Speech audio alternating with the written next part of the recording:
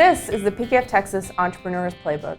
I'm Jen Lemansky, and I'm back again with Carlos Gomez, an audit manager and one of the faces of the PKF Texas Contract Compliance Services team. Carlos, welcome back to the Playbook. Thanks, Jen. Carlos, in previous editions, we've talked about vendor management audits. What are those and how do those help a company in this type of situation? Typically, our clients benefit from having some visibility into their vendors with a vendor audit. It'll help you identify any key issues and maybe recover some expenses that you happen to lose that weren't in line with the agreement. So how does a vendor audit actually work?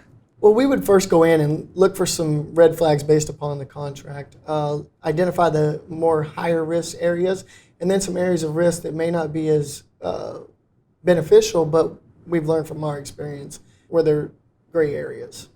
So what should a company consider if they're thinking about doing a vendor audit? Yes, of course. Obviously, there's red flags like if they're not reporting or there's a change in charges. You get a lot of chargebacks. There's companies that have an entire department that are dedicated to fighting chargebacks. And which vendors should they be auditing? Is it all vendors or just a few? You can do this with trend analysis or kind of in our assessments where you see spikes in either expenses or shares of revenue.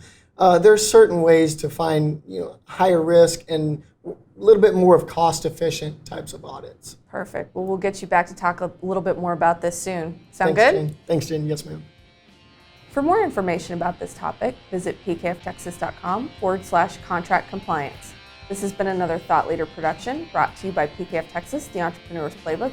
Tune in next week for another chapter.